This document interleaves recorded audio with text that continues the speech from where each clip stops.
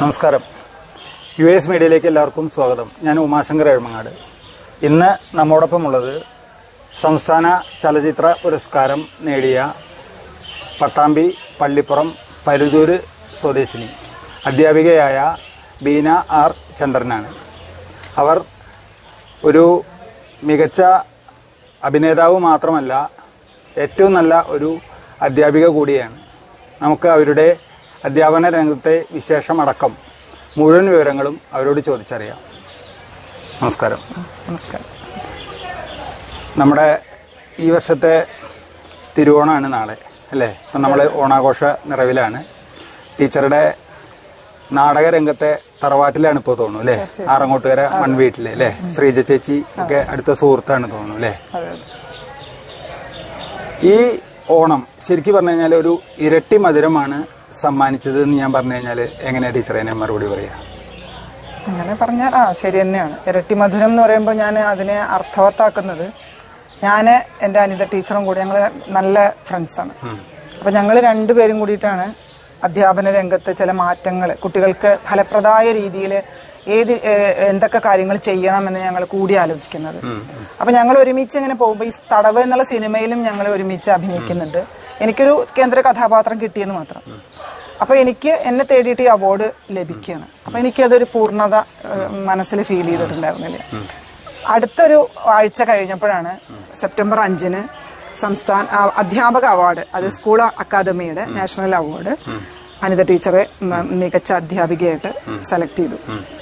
അപ്പോഴാണ് എനിക്ക് പൂർണ്ണത, ഈ ഒരു അവാർഡിന്റെ ഇരട്ടി മധുരം എന്ന് പറയുന്നത് ഞാൻ അതിനെയാണ് ആ ഒരു അർത്ഥത്തിലാണ്. ടീച്ചർക്ക് അധ്യാപക അവാർഡും കിട്ടി, ടീച്ചറെ സംബന്ധിച്ചിടത്തോളം ബെസ്റ്റ് ആക്ട്രസിനുള്ള അവാർഡ്. അതെ അതെ, തീർച്ചയായിട്ടും അതൊരു ഇരട്ടി മധുരം. അതാണ് ഇരട്ടി മധുരം.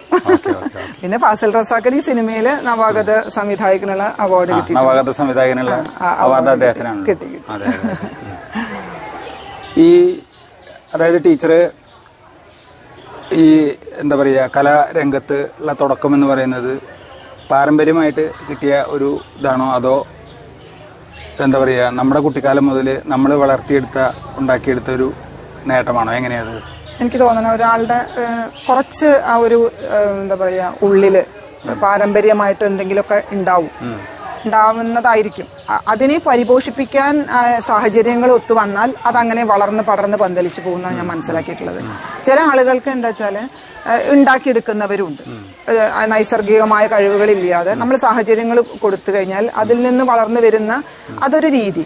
അത് എനിക്ക് തോന്നുന്നു ആ നൈസർഗികമായ കഴിവ് കൂടി ഉണ്ടാവുമ്പോൾ അതിനെ ഒന്നുകൂടി ശോഭിക്കാൻ കഴിയുന്നുണ്ടായിരിക്കാം. ഇപ്പൊ എന്റെ അച്ഛനും അമ്മയും അധ്യാപകരാണ്.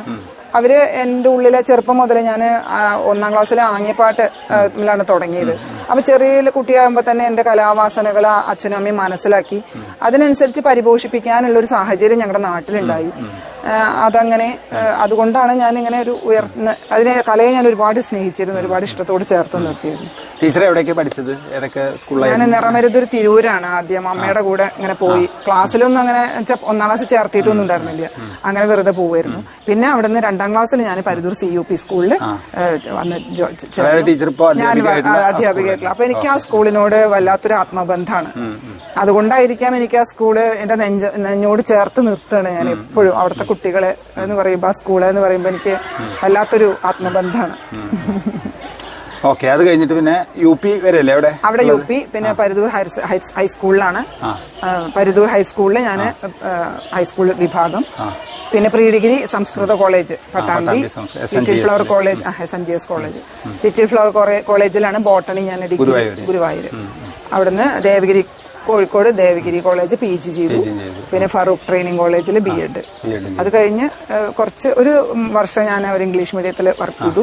അത് കഴിഞ്ഞ ഉടനെ വീടിന്റെ അടുത്ത് തന്നെ എന്റെ സ്കൂളിലെ ഒരു വേക്കൻസി പഠിച്ച സ്കൂളിൽ. അപ്പൊ എനിക്ക് എന്റെ അധ്യാപകരൊക്കെ ഉണ്ടായിരുന്നു അവിടെ. അപ്പൊ അത് ഭയങ്കര ഒരു അനുഭവമായിരുന്നു.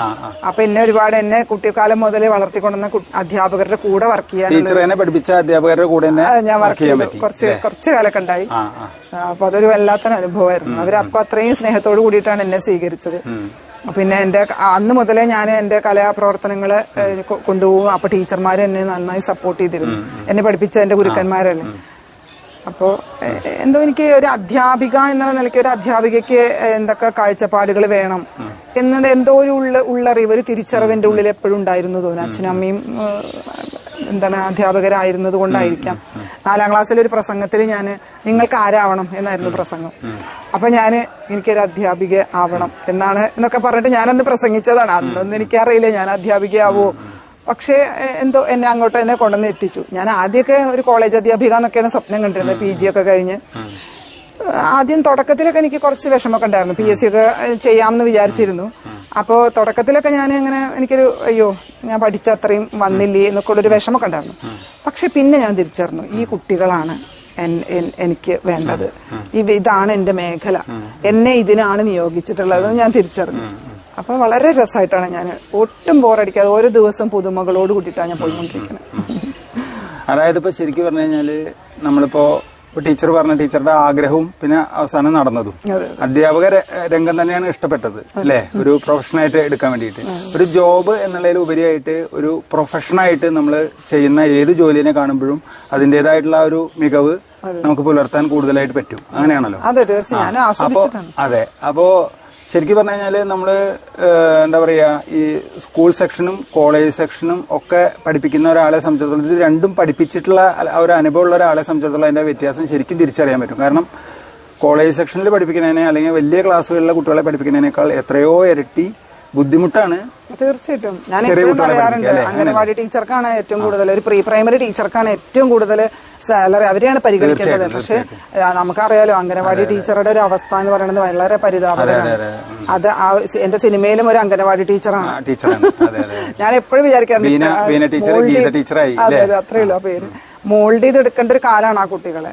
ഒരു മദർലി അഫെക്ഷനും കെയറും ഒക്കെ കൊടുക്കുന്ന. അപ്പൊ ഏറ്റവും കൂടുതൽ ബുദ്ധിമുട്ട് ആ ഒരു മേഖലയിൽ അഡാപ്റ്റബിലിറ്റി എന്ന് പറയുന്ന ആ ഒരു സംഭവം ഉണ്ടല്ലോ അല്ലെ, അതൊരു നമ്മളാ എന്താ പറയാ നമ്മളെ മുന്നിൽ വരുന്ന കുട്ടികളെ ശരിക്കും ആ വ്യത്യസ്ത വീടുകളിൽ നിന്ന് വ്യത്യസ്ത സാഹചര്യങ്ങളിൽ വ്യത്യസ്ത അനുഭവങ്ങളിലൂടെ വരുന്ന കുട്ടികളെ ഓരോരുത്തരെയും വേറെ വേറെ വ്യത്യസ്തമായി നമുക്ക് കാണാൻ പറ്റുക, അതിനനുസരിച്ച് അത് മനസ്സിലാക്കാൻ പറ്റുക, തിരിച്ചറിയാൻ പറ്റുക, അതിനനുസരിച്ച് അവരെ നമ്മൾ ഉയർത്തിക്കൊണ്ടുവരിക എന്ന് പറഞ്ഞാൽ അപ്പോഴാണല്ലോ നമ്മൾ ഏറ്റവും വേണ്ടത്. ഓരോ എല്ലാവരും വൈവിധ്യങ്ങളാണ്, മൾട്ടി ലെവൽ കുട്ടികളാണ് നമ്മുടെ ഇരിക്കുക. അപ്പൊ ആ കുട്ടികളെ മനസ്സിലാക്കി ഓരോരുത്തർക്കും എന്താണോ ഡോക്ടർ ഒരു രോഗത്തിന് ചികിത്സിക്കുന്നത് പോലെ ആ കുട്ടിക്ക് ഏതാണ് ലെവല്, എന്താണ് അതിന്റെ ഏത് രീതിയിലാണ് ആ കുട്ടിക്ക് കൊടുക്കേണ്ടത് എന്ന് കൃത്യമായി മനസ്സിലാക്കിയിട്ട് വേണം നമുക്ക് കൊടുക്കാൻ. അതിനൊരു എഫക്റ്റീവ് ലിസണിംഗ് എന്ന് പറഞ്ഞ ഒരു ക്വാളിറ്റി നമുക്ക് ഉണ്ടാവും അല്ലേ. അവരെ നമ്മൾ ശരിക്കും പറഞ്ഞാൽ ശ്രദ്ധിച്ചാലാണ് ഇൻഡിവിജ്വൽ അറ്റൻഷൻ കൊടുത്തുകൊണ്ട് തന്നെ. അത് ഇപ്പോഴത്തെ പാഠ്യപദ്ധതിയിൽ നല്ല വന്നിട്ടുണ്ട്. പണ്ടൊക്കെ എന്ന് പറയുമ്പോൾ ഞാൻ ജോയിൻ ചെയ്ത കാലത്തൊക്കെ എന്ന് പറയുമ്പോൾ പഠിക്കുന്ന കാലത്തും അതെ കേട്ടോ, ഒരു മുന്നിൽ വന്ന് കയറിയിരുന്ന എപ്പോഴും എന്തിനും ചോദ്യങ്ങൾക്ക് ഉത്തരം കൊടുക്കുന്ന ഒരു കുട്ടികളെ മാത്രം അധ്യാപകരെ ശ്രദ്ധിക്കുന്ന കുറെ അധ്യാപകർ, അങ്ങനെ ഞാൻ മുഴുവൻ അധ്യാപകരെ അങ്ങനെ പറയല്ല, അങ്ങനെ ആയിരുന്നു. അത് അറിയൂല ഇത്തരത്തില്. പിന്നെ നമുക്ക് ഈ DPP ഒക്കെ വന്നതോട് കൂടിയിട്ടാണ് എങ്ങനെയാണ് ഒരു കുട്ടീനെ സമീപിക്കേണ്ടത്. കുട്ടി വെറും ഒരു ക്ലീൻ സ്ലേറ്റ് അല്ല. അപ്പൊ അവരുടെ ഉള്ളിലുള്ള അറിവുകളെ മറ്റുമായി ബന്ധപ്പെടുത്തി ഇങ്ങനെ കൊണ്ടുപോകണം എന്നുള്ള അങ്ങനത്തെ ഒക്കെ തിരിച്ചറിവുകളും ഇൻഡിവിജ്വൽ അറ്റൻഷൻ കൊടുക്കണം എന്നും ഇങ്ങനെയുള്ള ഒരുപാട് ക്ലാസ്സുകൾ. അന്നത്തെ അധ്യാപകരെ കുറ്റം പറഞ്ഞിട്ട് കാര്യമില്ല, കാരണം നമുക്കിപ്പോ ഒരുപാട് ക്ലാസ്സുകളൊക്കെ കിട്ടുന്നുണ്ട്, ട്രെയിനിങ്ങുകൾ കിട്ടുന്നുണ്ട്. അതുകൊണ്ട് അതൊക്കെ കുറവായിരുന്നു. അതെ, അപ്പൊ അവരെ നമുക്കൊന്നും അധിക്ഷേപിക്കാനും കഴിയില്ല. ചിലപ്പോ പാഠം പഠിപ്പിച്ചു കഴിഞ്ഞാൽ അധ്യാപകർ ആ കാലത്ത് കുറെയൊക്കെ അതായിരിക്കും ശരി, കാരണം വേറെ മാർഗമില്ല. ഇപ്പൊ എന്ന് പറഞ്ഞു കഴിഞ്ഞാൽ ശരിയാണ്, ഒരുപാട് നമുക്ക് ട്രെയിനിങ്ങും ബാക്കി നമുക്ക് ഇപ്പോ ഈ പറഞ്ഞ മരുന്ന് സോഷ്യൽ മീഡിയ വഴിയും ബാക്കിയല്ലേ ലോകത്തിൽ ഒരുപാട് കാര്യങ്ങൾ അറിയാൻ പറ്റും. ഇപ്പൊ ഞാൻ പറയുമ്പോ കുട്ടികളെ നമ്മൾ അന്നൊക്കെ ചോദ്യോത്തരങ്ങൾ, ആ ചോദ്യോത്തരങ്ങൾ പഠിച്ചു കഴിഞ്ഞാൽ കുട്ടിക്ക് അത്യാവശ്യം. പക്ഷെ ഇന്ന് അങ്ങനെയല്ല. ഒരുപാട് കുട്ടികള് വെറും ചോദ്യോത്തരം പഠിച്ചുകൊണ്ടാവില്ല, അപ്ലിക്കേഷനാണ് ഒക്കെ വന്ന് വരുന്നത്. നമ്മൾ ആ ക്രിയേറ്റിവിറ്റി വേണം, നല്ലൊരു ടീച്ചറായിട്ട് അല്ലേ. ആ ഒരു ക്രിയേറ്റിവിറ്റി അറിഞ്ഞ് അവരെ അതിലൂടെ കൊണ്ടുപോകുമ്പോഴാട്ടോ പഠനം ആസ്വാദ്യകരമാവുന്നത്, അവർക്ക് ഇഷ്ടാവുന്നുള്ളൂ. അവരുടെ വെറും പാസീവ് ലിസണേഴ്സ് ആയിട്ട് ഇരുന്ന ഒന്നാമത് ഇപ്പോഴത്തെ കുട്ടികളെ കിട്ടൂല അങ്ങനെ, കാരണം അവര് വളരെ മാറി, അന്നത്തെ കുട്ടികളിൽ നിന്ന് കുട്ടികൾ മാറി. അപ്പോ വെറും പാസീവ് ലിസണേഴ്സ് ആയാലൊന്നും അവരിയ്ക്കില്ല, അവര് വേറെ കാര്യങ്ങൾ സ്വപ്നം കണ്ടുകൊണ്ടിരിക്കും. എന്താ അറിയോ, അത് ശരിയാണ്. അതായത് ഈ കോമ്പിറ്റൻസ് എന്ന് പറയുന്ന ഒരു സംഭവം ഉണ്ടല്ലോ. ഇപ്പൊ നമ്മള് നമ്മൾ ചെയ്യുന്നത് എന്താ പറയാ ഒരു ക്ലാസ്സിൽ ഒതുങ്ങുന്നു. പക്ഷെ കുട്ടികളെ സംബന്ധിച്ചിടത്തോളം അവര് എന്താ പറയാ ഇപ്പോഴത്തെ ഡിജിറ്റൽ യുഗത്തില് അവരാണ് മുന്നില്. നമ്മള് ടീച്ചർമാര് ഞാൻ പലതും അവരോട് ചോദിച്ചിട്ടാണ് പഠിക്കുക. അപ്പൊ ഞാൻ എപ്പോഴും പറയണത് എന്താണ്, child is the teacher of മാൻ എന്നാണ്. കുട്ടികളിൽ നിന്ന് ഒരുപാട് കുട്ടികളുടെ അടുത്ത് നിന്ന് ഞാൻ പഠിക്കാറുണ്ട്. ചില ആളുകളോട് പെരുമാറുന്ന രീതി, ചില കാര്യങ്ങൾ സന്ദർഭങ്ങളിൽ കുട്ടികൾ എടുക്കുന്ന സമീപനങ്ങള്, ചില പ്രതിസന്ധികളിൽ അവരതിനെ മറികടക്കുന്നത്. ഞാനപ്പോ അയ്യോ കുട്ടികള് അല്ല അവരിൽ നിന്ന് ഞാനിങ്ങനെ പഠിക്കും കുറേ. ഇമോഷണൽ ഇന്റലിജൻസ് വളരെ അത് എന്താ പറയാ ഈ പിന്നെ ഇമോഷണൽ ഇന്റലിജൻസിനുള്ള ഒരു പ്രാധാന്യം അല്ലേ ശരിക്കും പറഞ്ഞു കഴിഞ്ഞാൽ അതൊരു നമ്മള് കുട്ടികളുടെ വ്യത്യസ്ത ഓരോ കുട്ടികളുടെയും വ്യത്യസ്തമായിട്ടുള്ള എല്ലാ കാര്യങ്ങളും മനസ്സിലാക്കിക്കൊണ്ട് അത് തിരിച്ചറിഞ്ഞുകൊണ്ട് അതിനനുസരിച്ച് നമുക്ക് അല്ലേ അതൊരു വലിയ കാര്യം തന്നെ. ഇപ്പൊ ഞാൻ മനസ്സിലാക്കുമ്പോ എന്താ പറയുക, ജനറേഷൻ ഗ്യാപ്പ് വല്ലാണ്ട് വരുന്നത്, വല്ലാത്തൊരു സഡൻ ഒരു ചേഞ്ച് ആണ് ഈ IT-യിലൊക്കെ വന്നിരിക്കുന്നത്. അപ്പൊ ആ കുട്ടികളുടെ ആ ഒരു വളരെ ഇന്റലിജന്റും വളരെ ബ്രില്യന്റ് ആണ് ആ കുട്ടികൾ, വളരെ സർഗാത്മക ശേഷികളൊക്കെ ഉള്ള കുട്ടികളാണ്. പക്ഷെ നമുക്കാണ് ഈ മുതിർന്നവർക്കാണ് അവരുടെ ഒപ്പം എത്താൻ പറ്റാത്തത്. അപ്പൊ ഈ രണ്ടും തമ്മിലുള്ള അന്തരങ്ങൾ തമ്മിലുള്ള ഫൈറ്റാണ് നടന്നുകൊണ്ടിരിക്കുന്നത്. അപ്പൊ കുട്ടികൾ ഞങ്ങൾ വിചാരിക്കുന്ന പോലെ, രക്ഷിതാക്കൾ വിചാരിക്കുന്ന പോലെ കുട്ടികൾ വരുന്നില്ല. അപ്പൊ കുറേ പരാതികളാണ്. ഞാൻ പറയും പേടിക്കണ്ട, അവരങ്ങനെ പൊക്കോളും. അവർക്ക് ഏതാണ് മേഖല എന്ന് അവർ തിരിച്ചറിഞ്ഞ് അവർ ആ മേഖലയിലൂടെ പോയിക്കോളും. നിങ്ങളിങ്ങനെ ടെൻഷൻ ആവണ്ട, ഓവറായിട്ട് ഇങ്ങനെ ആവണ്ട, കുട്ടി വീട്ടിൽ വന്ന് പഠിക്കണില്ല ഇങ്ങനെ. അപ്പൊ ഒരുപാട് അന്തരീക്ഷം സ്കൂളിൽ നമ്മൾ ഉണ്ടാക്കി കൊടുക്കുന്നുണ്ട്. അപ്പൊ അതിൽ നിന്ന് അവരങ്ങനെ പടർന്ന് പന്തലിച്ചോളും എന്നാണ് ഞാൻ മനസ്സിലാക്കുന്നത്. ഞാൻ അതാണ് രക്ഷിതാക്കളോട് പറയാറുള്ളത്. അത് നമ്മൾ അപ്ഡേറ്റ് ചെയ്തുകൊണ്ട് ഇതിനെ കുറിച്ച് നമ്മൾ കണ്ടിന്യൂസ് ആയിട്ട് നമ്മൾ പഠിച്ചുകൊണ്ടിരിക്കണം. അത് തന്നെയാണ് ശരിയാണ്. നമ്മളിപ്പോ പണ്ട് പറഞ്ഞ ആ പുസ്തകത്തിൽ ഒതുങ്ങിയിട്ടുള്ള ഒരു പഠനമൊക്കെ പോയി ഇപ്പൊ എന്താ പറയാ വൈഡായിട്ടുള്ള ഒരു അറിവ് നമുക്കുണ്ടാവും. പൊതുവെ അധ്യാപകരെന്ന് പറഞ്ഞു കഴിഞ്ഞാൽ അല്ലേ എല്ലാം അറിയുന്നവരാണെന്നാണ് പൊതുവെ ആൾക്കാരുടെ. പക്ഷെ ഞാൻ എപ്പോഴും കുട്ടികളുടെ മുന്നിൽ ഞാനൊരു കുട്ടിയായിട്ടാണ് നിൽക്കുക, ഞാനൊരു അധ്യാപികയായിട്ടല്ല നിൽക്കാറ് എപ്പോഴും. ഞാനും അവരും കൂടി പഠിക്കുക എന്നുള്ള രീതിയിലാണ് ഞാൻ എപ്പോഴും, അങ്ങനെയാണ് ഞാൻ കാണാറ്. അതിൽ ഞാനൊരു ഡോമിനേറ്റ് ചെയ്ത് നിൽക്കണം, കുട്ടികൾ കുട്ടി അങ്ങനെ ഉള്ളതില്ല. അല്ല അവരിലൊരാളാവുമ്പോഴാണ് അവരുടെ എല്ലാ പ്രശ്നങ്ങളും നമ്മുടെ അടുത്ത് പറയാൻ പറ്റുള്ളൂ അല്ലേ. അങ്ങനെ ആകുമ്പോഴാണ് അവർക്ക് പഠിക്കാനുള്ള സാഹചര്യം ഉണ്ടാക്കാനൊക്കെ നമുക്ക് പറ്റുള്ളൂ. കറക്റ്റാണ്. നമ്മള് കുട്ടികൾ എന്താ വെച്ചാൽ ഏറ്റവും കൂടുതൽ നേരം കാണുന്നത് അധ്യാപകരെയാണ്. അപ്പൊ അവര് നമ്മളെയാണ് അനുകരിക്കാൻ ശ്രമിക്കുക എപ്പോഴും. അപ്പൊ ടീച്ചർ റോൾ മോഡലാണ് നമ്മൾ. അതെ, ടീച്ചർ എന്ന് പറയൂ, ഞങ്ങളൊന്നും പറഞ്ഞിട്ട് കാര്യമില്ല, ടീച്ചർ പറഞ്ഞാൽ അവര് ചെയ്തോളൂ എന്നാണ് അവര് പറയുക. അപ്പൊ ഈ കുട്ടി എപ്പോഴും ഒരു ടീച്ചറിനെയാണ് നോക്കി കാണുന്നത്. അപ്പൊ നമ്മളെങ്ങനെയാവണം? അതാണ് ടീച്ചർക്ക് ഒരു സമൂഹത്തിനെ മുന്നോട്ട് കൊണ്ടുപോകാനുള്ള സാംസ്കാരിക മുന്നേറ്റം വളരെ വലിയൊരു ഉത്തരവാദിത്തമാണ്. അപ്പോൾ ഞങ്ങൾ അതാണ് ഇപ്പോൾ അതിന് ഞാൻ എന്താ പറയുക പ്രവർത്തിക്കുന്ന മേഖലയായിട്ടുള്ള തിയേറ്റർ, അതിനൊരു വല്ലാത്ത സാധ്യതകളാണ്. തിയേറ്റർ എന്ന് പറയുമ്പോൾ എല്ലാ സർഗാത്മകതകളുടെയും ഒരു കൂടിച്ചേരല സമ്മേളനമാണ്. അപ്പൊ നമ്മുടെ ക്ലാസ്സിൽ വിവിധങ്ങളായ കഴിവുകളുള്ള കുട്ടികളുണ്ടാവും. അപ്പൊ നമ്മൾ തിയേറ്റർ തന്നെയാണ് ടൂളായിട്ട് ഉപയോഗിക്കുന്നത്.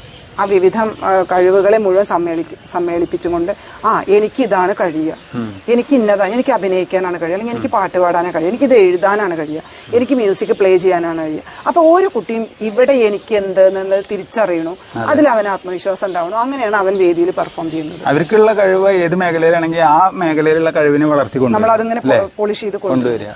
ഒപ്പം തന്നെ അവർക്ക് നല്ലൊരു കുട്ടിയായിട്ട് വളരാനും പ്രൊഫഷണലായിട്ട് നല്ലൊരു സ്ഥാനത്ത് എത്താനും വേണ്ട നിർദ്ദേശങ്ങളും അല്ലെ വഴികളും നമ്മൾ തുറന്നു കൊടുക്കും. എത്രയോ കുട്ടികള് നമ്മള് അത് ഞാന് അയ്യോ ഇത്രയൊക്കെ ഞാൻ കൊടുത്തിട്ടുണ്ടോ എന്ന് നമ്മളിങ്ങനെ അന്തം വിട്ടു പോണ കുറെ അനുഭവങ്ങളുണ്ട്. കുട്ടികൾ ഇങ്ങനെ ഇപ്പൊ ഇങ്ങനെ വന്നിട്ട് അനുമോദിക്കുന്ന സമയത്ത് ടീച്ചർ എന്നെ ചേർത്ത് നിർത്തിക്കൊണ്ട് എനിക്ക് അക്ഷരം പഠിച്ചു ഞാൻ, അല്ലെങ്കിൽ ടീച്ചർ അന്ന് ചെയ്ത ചില നാടകങ്ങളുടെ അംശങ്ങളാണ് ഞാൻ ഇങ്ങനെയാണ് ക്ലാസ്, ഞാനത് വല്ലാതെ ആസ്വദിച്ചിരുന്നു. അതുകൊണ്ട് ഇങ്ങനെയാണ് ക്ലാസ് എടുക്കേണ്ടത്, എന്റെ മുന്നിലുള്ള കുട്ടികൾക്കും ഞാൻ കൊടുക്കേണ്ടതെന്ന് എന്റെ മുന്നിലൂടെ പോയ കുട്ടികള് ടീച്ചർമാരായിട്ട് അവരുടെ അനുഭവങ്ങൾ പറയുന്നുണ്ട്. അപ്പൊ അതൊക്കെ കേൾക്കുമ്പോൾ നമ്മൾ കൊടുത്ത് തിരിയായിട്ട് അവരങ്ങനെ പോകുന്നത്. എനിക്ക് എന്റെ അധ്യാപകര്, എന്റെ പാണിമാഷ ഗംഗ സാർ, അങ്ങനെ കുറെ ആളുകളുണ്ട്, സൗദാമിനി ടീച്ചർ, അങ്ങനെ അവരെ പോലുള്ള ആളുകൾ കൊളുത്തിയ തിരിയായിട്ടാണ് ഞാനിങ്ങനെ പോണത്. അപ്പൊ നമ്മൾ കൊടുക്കുന്ന ഈ വെളിച്ചം കുട്ടികൾ ഇങ്ങനെ പടർത്തണമെന്ന് കേൾക്കുമ്പോൾ അത് തന്നെയാണ് ഞാനൊരു അധ്യാപിക എന്നുള്ള നിലയ്ക്ക് വല്ലാത്തൊരു സന്തോഷമുള്ള, എപ്പോഴും സംതൃപ്തിയൊന്നുമില്ല കേട്ടോ, പൂർണ്ണത അയ്യോ കൊടുത്തത് പോരാ എന്നെ വിചാരിക്കാം. ആ തോന്നലാണ് നമ്മളതിനെ കൂടുതൽ ഉത്സാഹവതിയാക്കുന്നത്. സ്വാഭാവികമായിട്ടും അങ്ങനെ.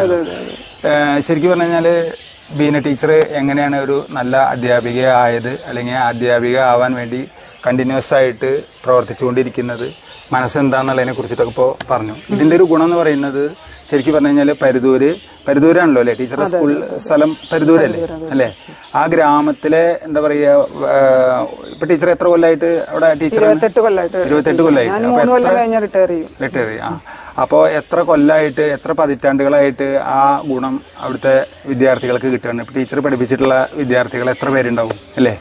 അപ്പൊ അവര് നമ്മളെ തന്നെ പഠിപ്പിച്ചിട്ടുള്ള അധ്യാപകരാണെങ്കിലും ശരി, നമുക്ക് പെട്ടെന്ന് ഇപ്പൊ നമ്മൾ 1ാം ക്ലാസ്സിൽ പഠിപ്പിച്ച ടീച്ചർമാരുടെ പേര് ചോദിച്ചു കഴിഞ്ഞാൽ ചിലപ്പോൾ നമ്മൾ ഓർത്ത് കഴിഞ്ഞാൽ പെട്ടെന്ന് ഒരു ടീച്ചറുടെ പേര് നമ്മളെ മനസ്സിൽ വരും അല്ലേ? അതേമാതിരി ഓരോ ക്ലാസ്സിലത്തെ അങ്ങനെ വരും എന്ന് പറഞ്ഞു കഴിഞ്ഞാൽ അവര് പഠിപ്പിക്കുന്ന സമയത്ത് അതന്നെയാണ് റോൾ മോഡൽ എന്ന് പറയുന്നത് അല്ലേ? അവര് അതന്നെയാണ്. അപ്പോ ബീന ടീച്ചറിനെ ഒരുപക്ഷെ ഈ പറഞ്ഞ മാതിരി തന്നെ എന്താ പറയാ, ടീച്ചർ ഈ ഉണ്ടാക്കിയെടുത്തിട്ടുള്ള ആ ഒരു നേട്ടം ഈ പറഞ്ഞ ഒരുപാട് കുട്ടികൾക്ക് എന്താ പറയാ, ഏത് ടീച്ചറെ പഠിപ്പിച്ചെന്ന് ചോദിച്ചു കഴിഞ്ഞാൽ ഏറ്റവും ആദ്യം വരുന്ന പേരുകളിൽ ഒന്ന് ബീന ടീച്ചറായിരിക്കും, ആണല്ലോ. അപ്പൊ എന്താണെന്ന് വെച്ചാല് ഇപ്പോ ഈ പറഞ്ഞ സ്കൂളിനെ സംബന്ധിച്ചിടത്തോളം സ്കൂളില് ഡിവിഷൻ ഫോളോ ഒക്കെ വന്നിട്ട് അല്ലേ, അങ്ങനെയുള്ള ഒരു സാഹചര്യം ഉണ്ടായില്ലോ അല്ലേ? അങ്ങനെ വന്ന അവസ്ഥ ആയിരുന്നു.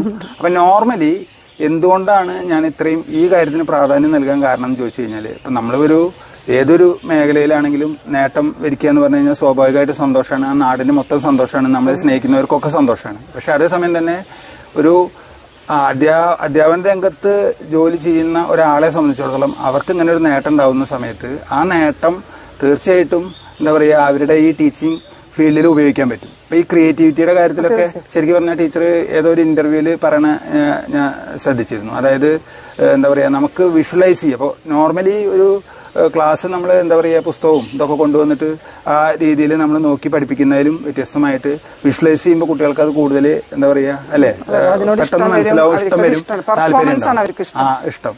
അപ്പൊ ആ പെർഫോം ചെയ്യാൻ ശരിക്കും പറഞ്ഞാൽ ഒരു പ്രൊഫഷണൽ ആവാൻ ഭയങ്കരമായിട്ട് ഗുണം ചെയ്യും.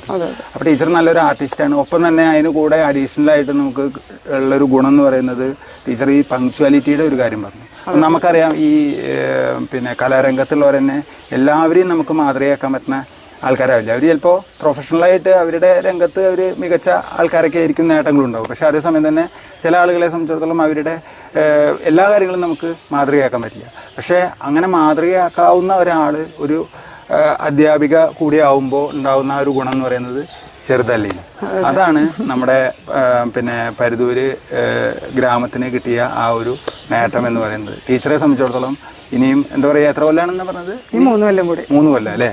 ആ 3 കൊല്ലം കഴിഞ്ഞാലും തുടർന്നും എന്താ പറയാ, ഇപ്പൊ ശരിക്കും പറഞ്ഞു കഴിഞ്ഞാൽ നമുക്ക് അവിടെ എഴുതി വെക്കാവുന്ന രീതിയിലുള്ള ഒരു എന്താ പറയാ ആ സ്കൂളിന് വേണ്ടിയിട്ട് പ്രവർത്തിച്ച ടീച്ചറുടെ ഒരു പ്രധാനമായിട്ട് ഞാൻ ശ്രദ്ധിച്ച ഒരു കാര്യം എന്ന് പറഞ്ഞു കഴിഞ്ഞാൽ ടീച്ചർ ഏതൊരു കാര്യം, ഏതൊരു നേട്ടത്തിന്റെ കാര്യം, ഏതൊരു പ്രവർത്തനത്തിന്റെ കാര്യം, ഏതൊരു റിസൾട്ടിന്റെ കാര്യം പറയുമ്പോഴും എല്ലാവരും ചേർത്ത് പിടിക്കുകയാണ്. അത് തന്നെയാണ് നമ്മുടെ വിജയം. അതായത് ഇപ്പൊ നമ്മളെ വാക്കിൽ പോലും നമ്മൾ എന്താണ് പറയുമ്പോൾ എന്റെ ഫ്രണ്ടായിട്ടുള്ള ഒരു വേറൊരു ടീച്ചറെ പേര് പറഞ്ഞു, അനിത ടീച്ചറെ പേര് പറഞ്ഞു. ഒപ്പം തന്നെ പാണി മാഷ്, കുറെ മാഷ്മാരുടെ പേര് പറഞ്ഞാൽ പാണി മാഷെ ഞാൻ പ്രത്യേകം ശ്രദ്ധിച്ചു. പാണി മാഷ് അതേപോലെ അപ്പൊ നമ്മളെ ഗുരുവിനോടുള്ള ബഹുമാനം, അതേപോലെ തന്നെ എന്താ പറയുക നമ്മളെ നാട്ടില് നമ്മുടെ കൂടെ ജോലി ചെയ്യുന്ന സഹപ്രവർത്തകരോട്, അതേമാതിരി മൊത്തം പിന്നെ PTA, അതേമാതിരി തന്നെ നാട്, എല്ലാവരും ചേർത്ത് പിടിച്ചാൽ മാത്രമാണ് ഇപ്പൊ നേരത്തെ പറഞ്ഞ മാതിരി ക്ലാസ് എടുക്കുന്നത് നന്നായിട്ട് ക്ലാസ് എടുക്കാൻ പറ്റി കഴിഞ്ഞു കഴിഞ്ഞാൽ അത് കുട്ടികൾക്ക് ഇഷ്ടാവും. പക്ഷെ അതേസമയം തന്നെ എന്താ പറയുക കുട്ടികളെയും രക്ഷിതാക്കളെയും PTA-നെയും അധ്യാപകരെയും നാടിനെയും മൊത്തം നമ്മൾ ചേർത്ത് പിടിച്ചുകൊണ്ട് ഏകോപിപ്പിച്ചുകൊണ്ട് ഒരു സ്കൂളിനെ വളർത്തി എന്താ പറയുക പ്രത്യേകിച്ച് നമ്മൾ പഠിച്ച നമുക്ക് ജോലി തന്ന നമ്മുടെ ജീവിതമാർഗമായിട്ടുള്ള ആ സംഭവത്തിനെ മൊത്തത്തിൽ നമ്മളെ സഹപ്രവർത്തകരെയും എല്ലാവരും ചേർത്ത് പിടിച്ച് നാടിനെ ഏകോപിപ്പിച്ച് ഒരു റിസൾട്ട് ഉണ്ടാക്കുക എന്ന് പറഞ്ഞു കഴിഞ്ഞാൽ അത് ചെറിയൊരു കാര്യമല്ല. അതൊരു എന്തായാലും പറയാ ഒരു ലീഡർഷിപ്പ് ക്വാളിറ്റിയും കൂടി അതില് അല്ലേ. അത് കുറച്ചും കൂടി എനിക്ക് പറ്റിയത് എന്റെ അനിത ടീച്ചർ കൂടെ വന്നത് കൊണ്ട് തന്നെയാണ്. അനിത ടീച്ചർക്ക് ആണെങ്കിൽ മികച്ച അധ്യാപികയുള്ള പുരസ്കാരം കിട്ടി അല്ലേ. അപ്പൊ അതൊക്കെ ഒരു അത് ഞങ്ങൾ പറയും എന്റെ അവാർഡ് അനിതയ്ക്കുള്ള അവാർഡ് തന്നെയാണ്. അനിതയ്ക്കുള്ള അവാർഡ് ഞങ്ങൾ ഒരുമിച്ചാണ് എന്തും ചെയ്യണത്. അപ്പോ നമ്മളിപ്പോ ഇതിന്റെ അവാർഡിനൊക്കെ അപേക്ഷിക്കുന്ന സമയം നമ്മൾ ചെയ്ത പ്രവർത്തനങ്ങളൊക്കെ കൊടുക്കുമല്ലോ. അപ്പൊ അനിത എന്നോട് പറയും നമ്മൾ രണ്ടുപേരും കൂടി കേട്ടോ ഈ പ്രവർത്തനങ്ങളൊക്കെ നമ്മുടെ രണ്ടുപേരും പിന്നെ മറ്റുള്ളവരെ നമ്മുടെ സഹപ്രവർത്തകരും കൂടി സപ്പോർട്ട് ചെയ്യാണ്ട് നമുക്കൊന്നും നടക്കില്ല. നമുക്ക് ഒറ്റയ്ക്കൊന്നും ഒരു സ്കൂളിലെ മൊത്തം കുട്ടികളെ കൊണ്ടുപോയിട്ട് വേറൊരു വേദിയിൽ പോയിട്ട് പെർഫോമൻസ് നടത്തുകയാണ്. ഞാനും അനിതയും വിചാരിച്ച നടക്കില്ല. എല്ലാവരും കൂടി ഇങ്ങനെ ചേർത്ത് പിടിക്കുമ്പോഴാണ് അത് ഒത്തുപിടിച്ചാൽ മലയും അങ്ങനെയാണല്ലോ. ഒരു മാലയുടെ കണ്ണി മേരിയാണ്. ഒരു കണ്ണി പൊട്ടിക്കഴിഞ്ഞാൽ പിന്നെ മാല എത്ര ഭംഗിയായിട്ടും പിന്നെ ഞങ്ങൾക്ക് അന്നൊക്കെ ഉണ്ടായിരുന്ന എച്ചമ്മമാര് നമ്മളെ സ്വാതന്ത്ര്യം തരണം എന്ത് ചെയ്യാൻ, ഒരു ക്രിയേറ്റിവിറ്റി, ഒരു സർഗാത്മകമായിട്ട് നമ്മൾ മുന്നോട്ട് പോകുമ്പോൾ അതിനെ തലപ്പത്തിരിക്കുന്ന ആള് നമുക്ക് അല്ലെങ്കിൽ എന്തൊക്കെ കാണിക്കണമെന്ന് ചോദിച്ചാൽ നമ്മുടെ അണഞ്ഞു ഈഗോ പ്രശ്നം പോയി. അതിപ്പോ ഞങ്ങള് തമ്മിലും അതെ, അത് ഭയങ്കര സന്തോഷമുണ്ട് കേട്ടോ. കാരണം ഞങ്ങളുടെ ഫ്രണ്ട്ഷിപ്പ് ഒരു മാതൃകയായിട്ട് ഇങ്ങനെ മാറിക്കൊണ്ടിരിക്കുകയാണ്. അത് തടവ് എന്നുള്ള സിനിമയിൽ അടയാളപ്പെടുത്തുകയും ചെയ്തു. അപ്പൊ എല്ലാവരും ഞങ്ങളെ അത്ഭുതത്തോടു കൂടി നോക്കിക്കാണാൻ ഇങ്ങനെ ഒരു സുഹൃത്ത് ബന്ധം എന്ന് പറയുന്നത്. അപ്പൊ അതും ഞങ്ങൾക്ക് ഭയങ്കര സന്തോഷമുണ്ട്. ഒരിക്കലും ഞങ്ങളുടെ ആ സുഹൃത്ത് ബന്ധം നശിക്കാതെ പോകണം. കാരണം ഞങ്ങൾക്ക് ഈഗോ വർക്ക് ചെയ്താൽ പോയി കാര്യം. എനിക്ക് അവാർഡ് കിട്ടിക്കഴിഞ്ഞു, എനിക്ക് അവാർഡ് കിട്ടിയപ്പോ എന്നെക്കാൾ കൂടുതൽ സന്തോഷിക്കുക എന്റെ സുഹൃത്ത്. അത് ചിലപ്പോ വളരെ ദുർലഭം ഉണ്ടാവുള്ളൂ, ഉള്ളിന്റെ ഉള്ളിലെങ്കിലും എന്തെങ്കിലും അതെല്ലാരും അങ്ങനെ പറയുന്നു. പക്ഷെ ഞങ്ങളുടെ ഇടയിൽ അങ്ങനത്തെ ഒരു അതുപോലെ എനിക്ക് അപ്പോൾ അവാർഡ് കിട്ടിയപ്പോഴും എനിക്കതൊരു പൂർണ്ണത കിട്ടുന്നില്ല. വല്ലാത്തൊരു എന്തോ ഒരു പൂർണ്ണതയിലെത്താത്ത പോലെ. പക്ഷെ ഈ അവാർഡ് വന്നപ്പോ എനിക്കത് വല്ലാത്ത സന്തോഷം. ഞാനായിരിക്കും അനിതയൊക്കെ കൂടുതൽ സന്തോഷിച്ചിട്ടുണ്ടാവും.